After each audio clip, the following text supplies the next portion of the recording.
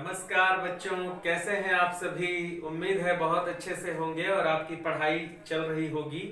लेकिन मैं एक बात ये कहना चाहता हूँ आप सभी से कि आप सभी मन लगा के कॉपी बना रहे हैं कि नहीं, क्योंकि कॉपी बनाना बहुत ज़रूरी है। बहुत जल्दी हम लोग ऑनलाइन आपकी कॉपी देखेंगे। याद करिए, एक बार हम लोगों ने आपकी कॉपी देखी थी, आप सभी अपने कैमरे से अपनी कॉपी दिखाए थे। और ये भी हो सकता है कि जिस तरह आप सभी लोग अपनी अपनी परीक्षा की जो कॉपी है, जो उत्तर पत्रिका है, उसे आप लोग स्कूल तक भिजवाए। हो सकता है कि हम इस तरह से आपकी कॉपी मंगवाएं और उसे जांचें, है ना। तो आप अपनी कॉपी जरूर तैयार करिए और खूब मन लगा के लिखिए, अनेक बार अभ्यास करिए। अंग्रेजी का भी अभ्यास करिए, हिंदी का भी अभ्यास करिए और संस्कृत का भी अभ्यास करिए। है ना, कहा जाता है करत करत अभ्यास के जड़मति होत सुजान, रसरी आवत जात ही सिल पर परत निशान। मतलब ये कि अभ्यास करने से कोई भी मुश्किल, कितनी भी कठिन मुश्किल हो, आसान हो जाती है। आप कक्षा 8वीं में जाएंगे तो अभ्यासस्य महत्ता, ये सबसे पहला पाठ है।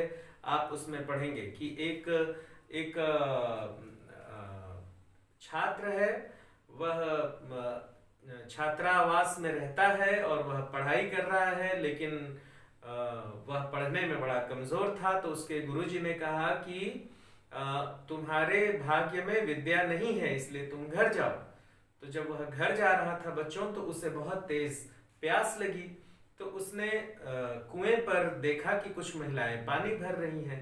तो जब वह वहां पहुंचा तो उसने देखा कि रस्सी के बार बार आने जाने से पत्थर पे भी निशान पड़ गए हैं। तो उसने सोचा कि जब रस्सी के बार बार आने जाने से पत्थर जैसी कड़ी चीज पर निशान बन सकते हैं, तो फिर मैं क्यों नहीं विद्वान हो सकता हूं, मैं भी अगर बार बार अभ्यास करूं तो इस तरह से वह बच्चा जो है वो बार बार अभ्यास करने लगा और आने वाले समय में वो बहुत बड़ा विद्वान बना। ठीक है बच्चों, तो इसी तरह से आप सभी तो पढ़ने में बहुत अच्छे हैं। आप तो ऐसा है नहीं कि पढ़ने में कमजोर हैं, आप तो बहुत अच्छे हैं। लेकिन परीक्षा में जब हम लोग कॉपी जांच रहे थे तो हम लोगों को ये लगा कि बच्चों ने लिखने में मेहनत नहीं किया है, लिखाई छूट गई है। आप सभी सिर्फ पढ़ रहे हैं ऑनलाइन, और पढ़ने के बाद 1:15 बजे जब आपकी छुट्टी हो जाती है तो मुझे लगता है कि आप लोग मोबाइल किनारे रख के और उसके बाद खूब खेलते कूदते हैं। ठीक है, मोबाइल तो किनारे रख दीजिए, मोबाइल किनारे रखना है, लेकिन पढ़ाई करना है, खूब लिखना है, अभ्यास करना है। मैंने आपको पहले भी कहा था कि प्रतिदिन एक पन्ना हिंदी और एक पन्ना अंग्रेजी आपको जरूर लिखना है। यदि आप ऐसा करेंगे तो आपकी हैंडराइटिंग बहुत अच्छी होगी, आप सही शब्द लिख पाएंगे, गलतियां कम होंगी, आपके नंबर नहीं कटेंगे। और ये अभी के लिए ही फायदेमंद नहीं है, हमेशा के लिए फायदेमंद है। हमेशा, हर समय आपको ये बात फायदा पहुंचाएगा। ठीक है बच्चों, तो फिर से मैं आपसे एक बार निवेदन करता हूं कि आप सभी संस्कृत की ही कक्षा में खाली मत पढ़िए। संस्कृत की कक्षा के बाद भी संस्कृत पढ़िए, हिंदी पढ़िए, अंग्रेजी पढ़िए और खूब लिखिए। ठीक, तो लिखने की बात चली है बच्चों, तो आप सबको मालूम ही होगा कि हम लोग पाठ 11 पंडित जवाहरलाल नेहरू, इस पाठ का प्रश्न उत्तर लिख लिए थे। अब प्रश्न क्रमांक 2 से हम लोगों को आगे लिखना है, तो मैं वो आप लोगों को आज लिखवाने वाला हूं। प्रश्न क्रमांक 2 है, उचित शब्दों से रिक्त स्थान की पूर्ति कीजिए। आप भी अपनी कॉपी निकाल लीजिए और उचित शब्द मैं यहां पर लिखता हूं और आप सभी उसे अपनी कॉपी में उतारेंगे। ठीक है, तो मैं शुरू करता हूं। पंडित जवाहरलाल नेहरू पाठ का प्रश्न और अभ्यास लिख रहे हैं।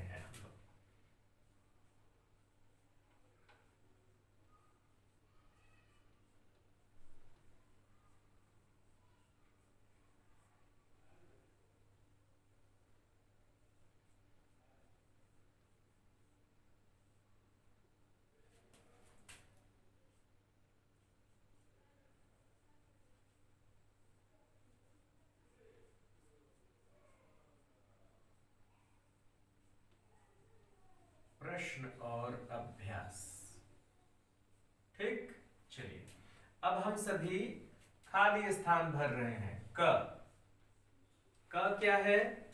सह भारतस्य स्वतंत्रतायै अनेकानि कष्टानि असहत। उन्होंने भारत की स्वतंत्रता के लिए अनेक कष्ट सहे। कष्टानि।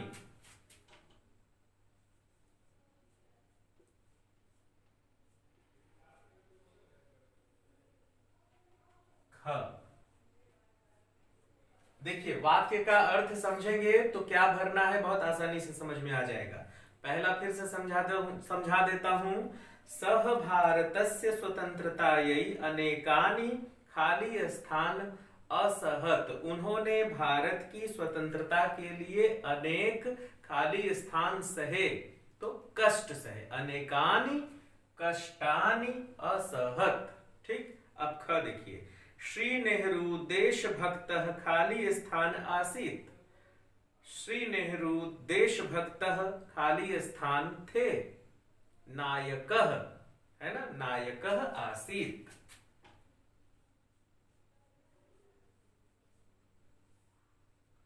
बच्चों, नायक किसे कहते हैं? जो बहुत बड़ा हीरो होता है, एक्चुअल रियल हीरो होता है, उसे हम नायकः कहते हैं।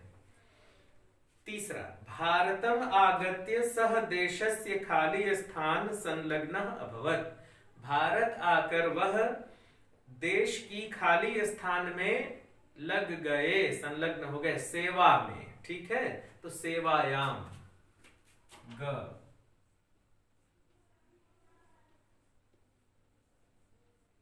सेवायाम।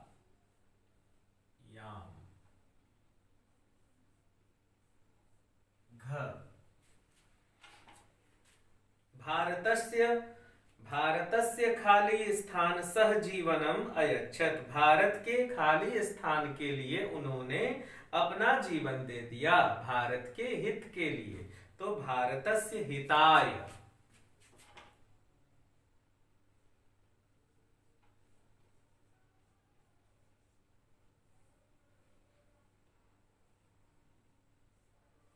अंग भारतीयाः सदा तं महापुरुषं खाली स्थानम स्मरिष्यन्ति।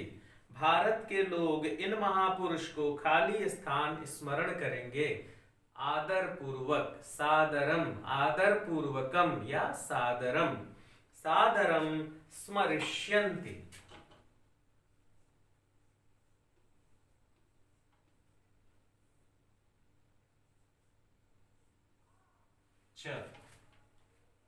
सर्वैः प्रयत्नैः भारतः खाली स्थानम अभवत्। सभी के प्रयास से भारत खाली स्थान हुआ। स्वतंत्रम अभवत्, स्वतंत्र हुआ। सभी के प्रयास से भारत स्वतंत्र हुआ। स्वतंत्रम अभवत्। ठीक है बच्चों, तो आप इसे उतारिए जल्दी से। मैं किनारे हो गया।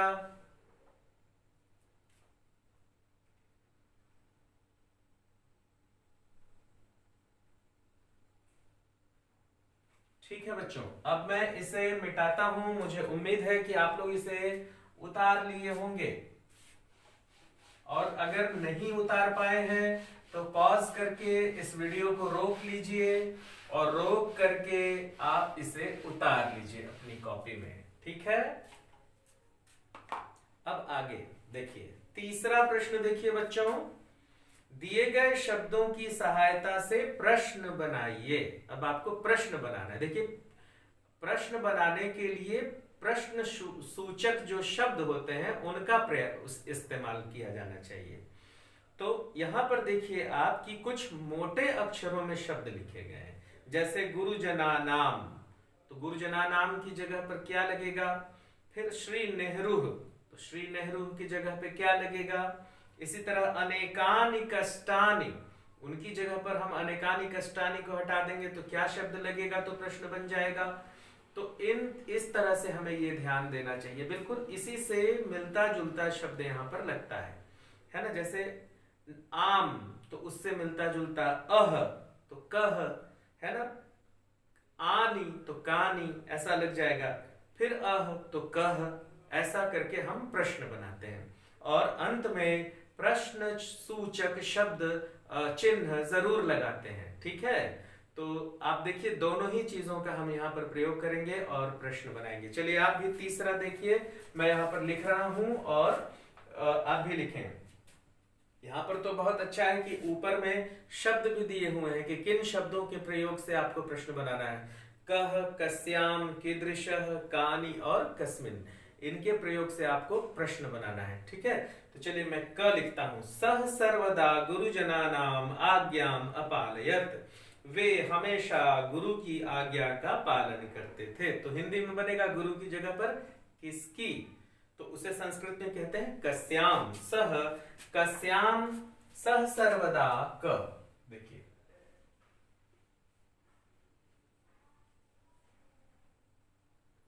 सह सर्वदा कस्याम कस्याम आज्ञाम अपालयत, कस्याम आज्ञाम अपालयत।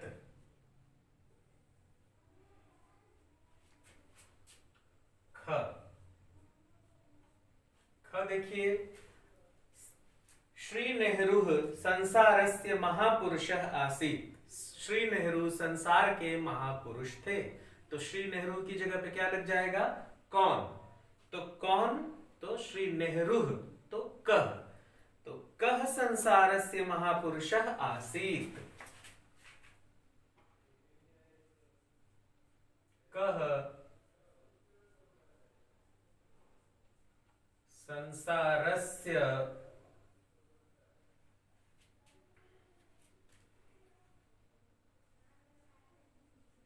महापुरुषः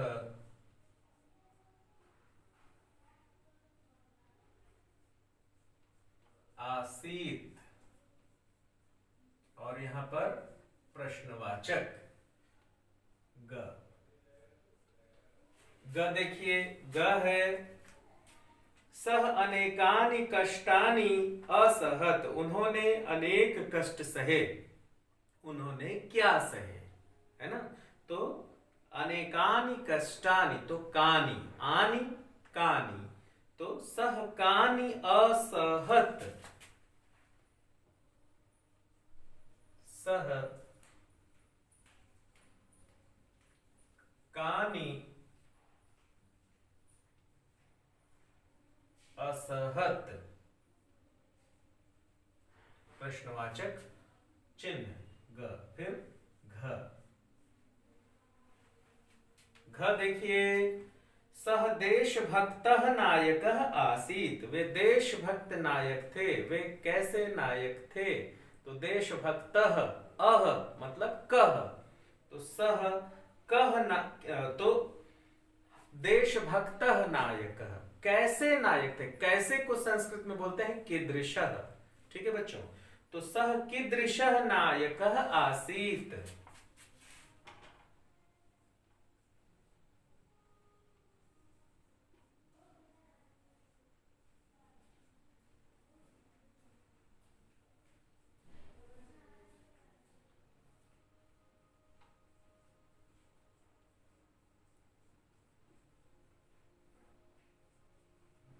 सह कीदृशः नायकः आसीत्, वे कैसे नायक थे। अंतिम है, श्री जवाहरलालस्य जन्म उत्तर प्रदेशस्य प्रयाग नगरे अभवत्, तो कस्मिन् नगरे अभवत्, किस नगर में हुआ। श्री जवाहरलालस्य जन्म कस्मिन् नगरे अभवत्,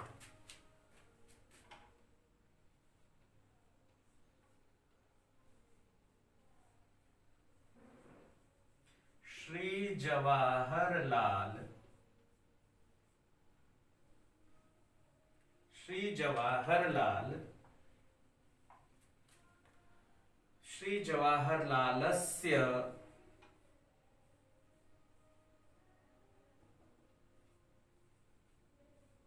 जन्मः कस्मिन् नगरे अभवत्,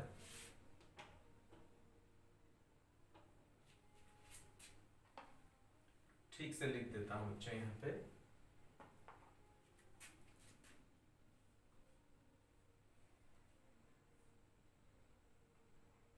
जन्मः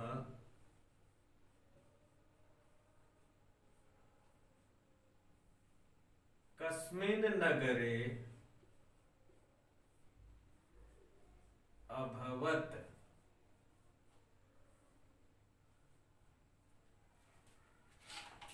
श्री जवाहरलालस्य जन्मः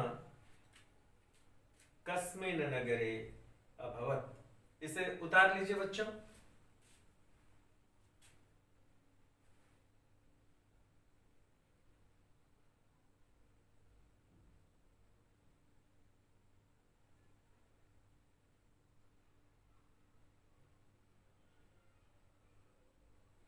अब देखिए बच्चों, चौथा जो है वो विलोम शब्दों का मिलान कीजिए है। मैं इसे मिटाता हूं।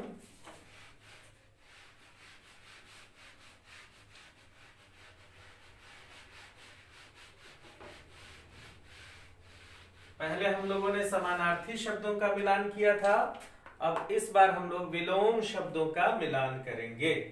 तो जो सही तरीका है उचित संबंध मिलाने का वो ये है कि इधर वाले जो इधर वाला स्तंभ है उसे आप लिखिए और उसके ठीक सामने, है ना, सही जो शब्द हैं उन्हें लिखिए। ऐसा नहीं कि आप ऐसे ऐसे ऐसे ऐसे मिलाएंगे तो वो बिल्कुल ठीक नहीं रहता है बच्चों, वो तरीका अच्छा नहीं है।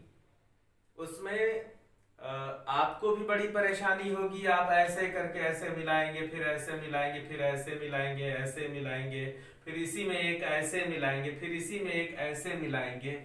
तो ये बहुत ही खराब तरीका है, आप ऐसा बिल्कुल नहीं कीजिए। जो इधर का जो स्तंभ है जिसमें जो शब्द लिखे गए हैं उसके ठीक सामने सही शब्दों को आप लिखिए। ठीक है, चाहे वो समानार्थी हो, चाहे वो विलोम हो, जैसा भी हो। अगर आप परीक्षा में ऐसा करेंगे तो इसे बिल्कुल काट दिया जाएगा, क्योंकि ऐसे ऐसे देखना ये ठीक नहीं है। मिलान करना है मतलब आप सही शब्द के सामने सही विलोम लिखिए, है ना, सही शब्द के सामने सही समानार्थी लिखिए। आप ऐसा ऐसा कर देते हैं, फिर कभी कभी आप जैसे इधर कर देते हैं क ख ग घ, ऐसा गंदा गंदा राइटिंग में लिख देते हैं, और पहले का 5, दूसरे का 3, क का 2, इसका 4, फिर यहाँ 1। अब मिलाते रहिए कौन सा किसका है। ये भी तरीका एकदम गलत है, ऐसा बिल्कुल नहीं कीजिएगा। मैं बार बार देखिए आपको इस बात को दोबारा फिर बता रहा हूं, आप परीक्षा में ऐसा सही संबंध बिल्कुल मत मिलाइएगा,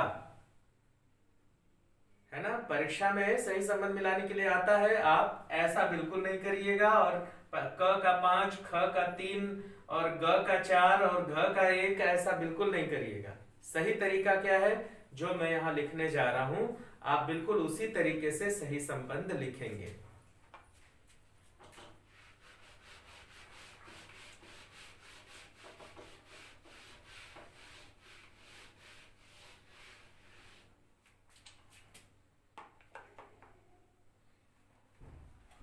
देखिए, पहले मैं इधर वाले स्तंभ को, ये है प्रश्न क्रमांक 4, क्वेश्चन नंबर 4। पहले मैं इधर सही शब्द लिखता हूं, स्वतंत्रता। स्वतंत्रता।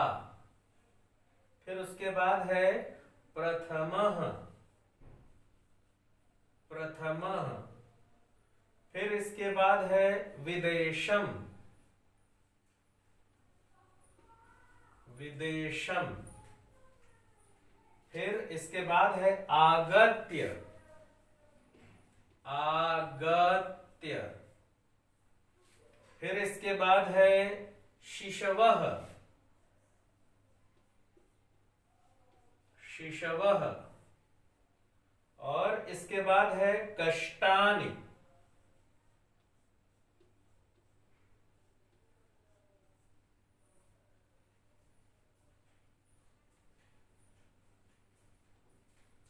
बिल्कुल साफ साफ आप ऐसा करिए, और उसके बाद इसके सामने जो सही शब्द हैं उसे आप छांट कर चुनकर उसके सामने लिखेंगे। अब देखिए स्वतंत्रता, इसका विलोम क्या होगा? परतंत्रता। परतंत्रता, स्वतंत्रता मतलब स्वतंत्र, परतंत्रता मतलब गुलाम हो जाना। प्रथमः, अब इसमें क्या दिया हुआ है? प्रथमः मतलब पहला, तो उसका द्वितीय विलोम नहीं होगा, पहला और अंतिम, तो इसका विलोम होगा अंतिमः। प्रथमा का विलोम होगा अंतिमः। अगला अगला है विदेशम, तो उसका होगा स्वदेशम।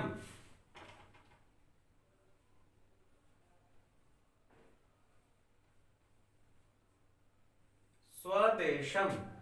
फिर अगला है आगत्य, मतलब आकर, तो उसका हो जाएगा गत्वा। गत्वा मतलब हो जाएगा जाकर।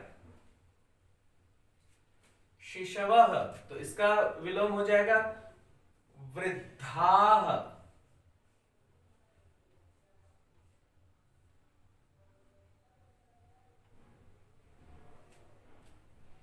कष्टानि, इसका हो जाएगा सुखानि। तो देखिए बच्चों, ये सही तरीका है, ये बिल्कुल अच्छा तरीका है। इससे बिल्कुल सही सही सामने सामने लिखा हुआ है, ये सबसे अच्छा तरीका है। यदि आप ऐसा करेंगे तो आपको पूरे नंबर मिलेंगे, लेकिन यदि आप इसमें ऐसे ऐसे करेंगे, या पहला क का पहला, ख का चौथा, ग का तीसरा, ऐसा कर देंगे, मैं तो आपको नंबर देने वाला नहीं, बिल्कुल। जब परीक्षा में लिखना ही है तो अच्छा लिखिए, अच्छा से अच्छा लिखिए, है ना। तो ये तरीका आप उचित संबंध मिलाने का, आप ये तरीका अपनाइए, ठीक है। इसे उतारिए।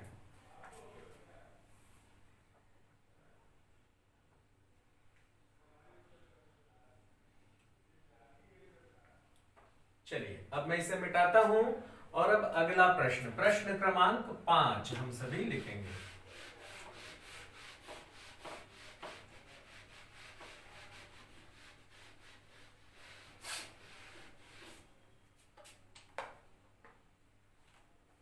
देखिए प्रश्न क्रमांक 5 है, विभक्ति तथा वचन बताइए। शब्द, विभक्ति और वचन। चलिए हम सभी थोड़ा दूसरे दूसरे रंगों का इस्तेमाल करते हैं। प्रश्न क्रमांक 5, अब हमको क्या करना है? शब्द, विभक्ति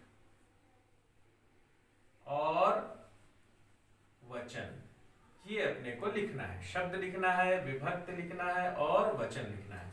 तो चलिए हम सब यहां लिखें। शब्द कौन कौन से हैं? पहले मैं शब्द उतार देता हूं और उसके बाद फिर हम लोग विभक्ति और वचन लिखेंगे।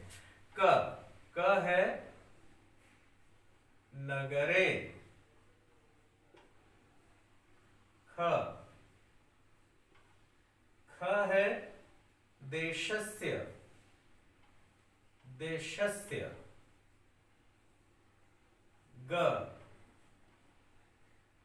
स्वतंत्रतायै। स्वतंत्रतायै।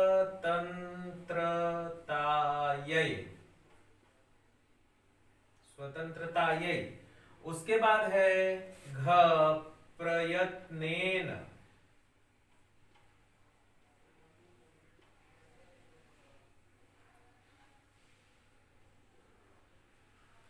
बच्चों देखिए, हम लोग बार बार आपसे कहते हैं कि बालक का रूप बहुत आदर्श होता है। यदि आपको बालक का रूप याद रहेगा तो ये सारे शब्द उसी रूप के अनुसार चलते हैं, है ना। ये है सप्तमी विभक्ति और एक वचन। बालक का रूप अगर आप याद करेंगे बच्चों, तो आप देखेंगे कि बालके बालकयोः बालकेषु। बालके नगरे, देखिए बालक का रूप अगर आपको याद होगा तो बालकः बालको बालका, बालकम बालको बालकान, बालकेन बालकाभ्याम बालकैः, बालकाय बालकाभ्याम बालकेभ्यः, बालकात् बालकाभ्याम बालकेभ्यः, बालकस्य बालकयोः बालकानां बालके नगरे। देखिए बालके बालकयोः बालकेषु, तो बालके सप्तमी विभक्ति एक वचन, सप्तमी विभक्ति और ये एक वचन। तो देखिए मैंने इसे रट्टा नहीं लगाया। मुझे बालक का रूप याद है, मुझे समझ में आ गया कि नगरे बालके सप्तमी विभक्ति एक वचन, देशस्य। अब देखिए बालकः बालकौ बालकाः बालकं बालकौ बालकान् बालकेन बालकाभ्यां बालकैः बालकाय बालकाभ्यां बालकेभ्यः बालकात् बालकाभ्यां बालकेभ्यः बालकस्य षष्ठी विभक्ति एक वचन, देशस्य बालकस्य।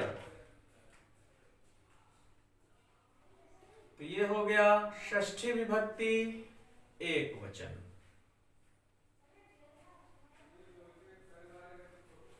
ठीक, अब देखिए स्वतंत्रता यही, इसी तरीके से स्वतंत्रता यही, ये हो जाएगा चतुर्थी विभक्ति, चतुर्थी विभक्ति एक वचन।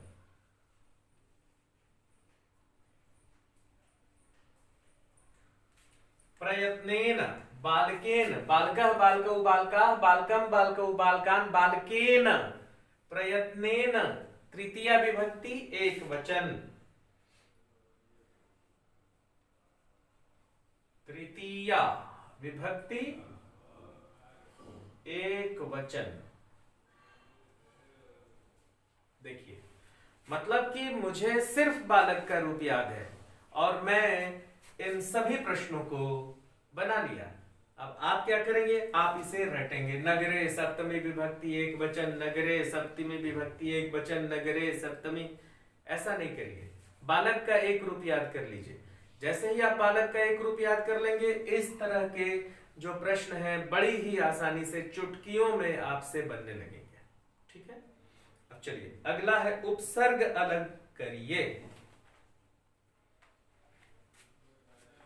मैं इसे मिटाता हूं बच्चों, मैं हट जाता हूं और आप इसे पॉज करके लिखेंगे। मैं इसे अब मिटाने जा रहा हूं और अगले प्रश्न का उत्तर लिखूंगा।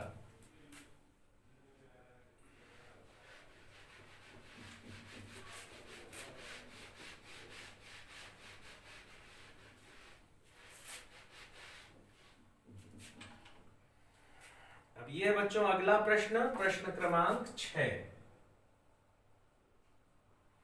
तो अगला प्रश्न क्या है, उपसर्ग अलग कीजिए। बहुत ही आसान है, विदेशम वी। तो मैं खाली उपसर्ग लिख देता हूं, आप सभी उसे, या चलिए मैं शब्द भी लिख देता हूं। विदेशम, विदेशम में उपसर्ग है वी, छोटी ई की मात्रा वी। इसी तरीके से आगत्य, आगत्य, इसमें जो उपसर्ग है वो है आ। अगला शब्द है संलग्नः, संलग्नः,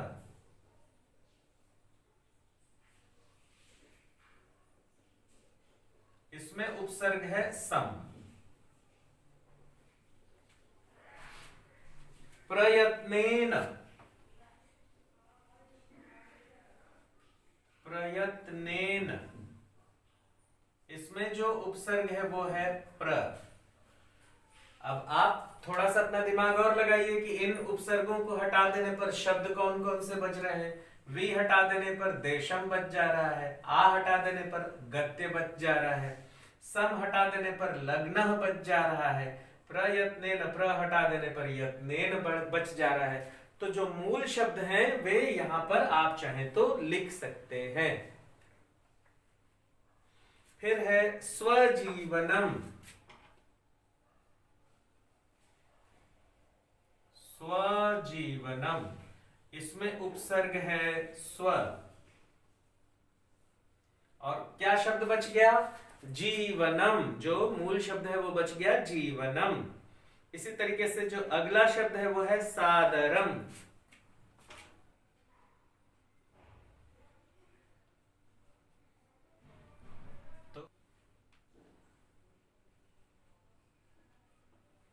स उपसर्ग होगा और मूल शब्द हो जाएगा आदरम, स आदरम, सादरम। तो ठीक है बच्चों, ये देखिए ये छठवां प्रश्न है और ये इससे मैंने उपसर्ग अलग कर लिया। मैं यहां पर लिख दूं, नहीं तो आप कहेंगे कि सर ने क्या लिखा है। तो ये है शब्द और इन शब्दों में प्रयुक्त ये है उपसर्ग। आप चाहें तो यहां पर मूल शब्द अपने से लिख सकते हैं। क्या होगा मूल शब्द? इसे आप चाहें तो स्वयं लिख सकते हैं। जैसे विदेशम, वी हटा दिए, देशम। आगत्य, आ हटा दिए, गत्य। संलग्न, सम हटा दीजिए, लग्न। प्रयत्नेन, प्र हटा दीजिए, यत्नेन। स्वजीवनम, स्व हटा दीजिए, जीवनम। सादरम, स हटा दीजिए, आदरम। इस तरह से बहुत ही आसान है। आप चाहें तो यहां पर मूल शब्द लिख लें, हालांकि आपके प्रश्न में नहीं है, लेकिन इसे लिख लेंगे तो अच्छा रहेगा, आपका अभ्यास होगा। ठीक है। अब जो बच्चों निम्नलिखित वाक्यों को लृट लकार भविष्य काल में बदलिए। चलिए इस पर भी हम एक नजर डाल लेते हैं ताकि आपका यह पाठ समाप्त हो जाए।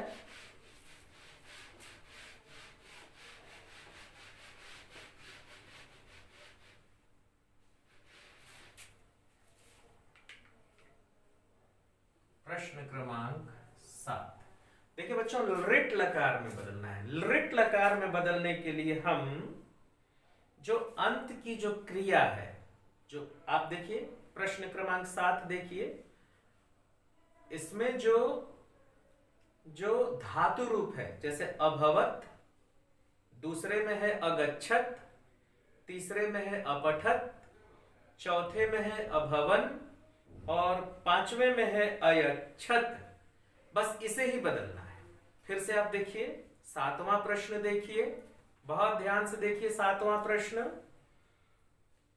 निम्नलिखित वाक्यों को लृट लकार में बदलिए। वैसे तो ये मैं आपको गृह कार्य देना चाह रहा था, होमवर्क, कि ये जो शब्द हैं इसके मैंने आपसे कहा था धातु रूप याद करने के लिए, तो आपको लृट लकार में पठिष्यति, पठिष्यतः, पठिष्यन्ति, इस लकार में आपको बदलना है। तो आपको कुछ नहीं करना है। अभवत, देखिए पहली पंक्ति में है अभवत, दूसरी पंक्ति में है अगच्छत, तीसरी पंक्ति में है अपठत, चौथी पंक्ति में है अभवन, सबसे अंत का शब्द देखिए, और अंग है अयच्छत। इसे ही आपको बदलना है।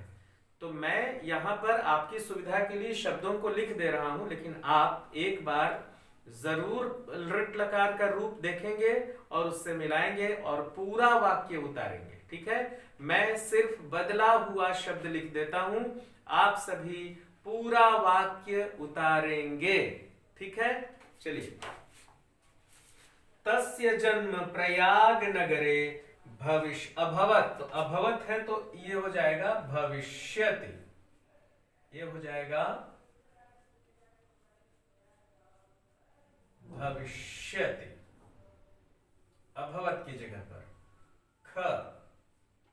ख है सह उच्च शिक्षायै विदेशम अगच्छत, अगच्छत, गमिष्यति। गम धातु है तो गमिष्यति हो जाएगा ग।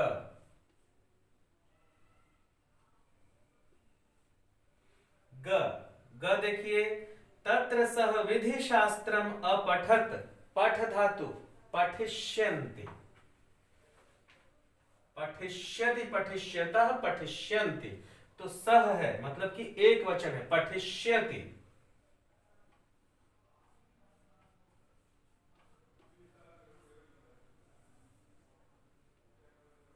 घ, घ देखिए, जनाः भारतस्य स्वतंत्रतायै उद्यताः अभवन्, है ना।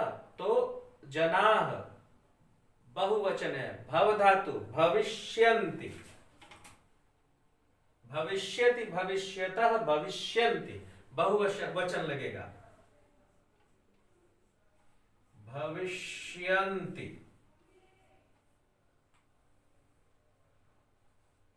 अंग। सह स्वजीवनम अपि अयच्छत, इसका होगा दास्यति। यहीं पर आपको थोड़ा सा तकलीफ होगा, दास्यति ये बदल जाता है बच्चों, ये अच्छे धातु का रूप थोड़ा सा बदल जाता है, दास्यति।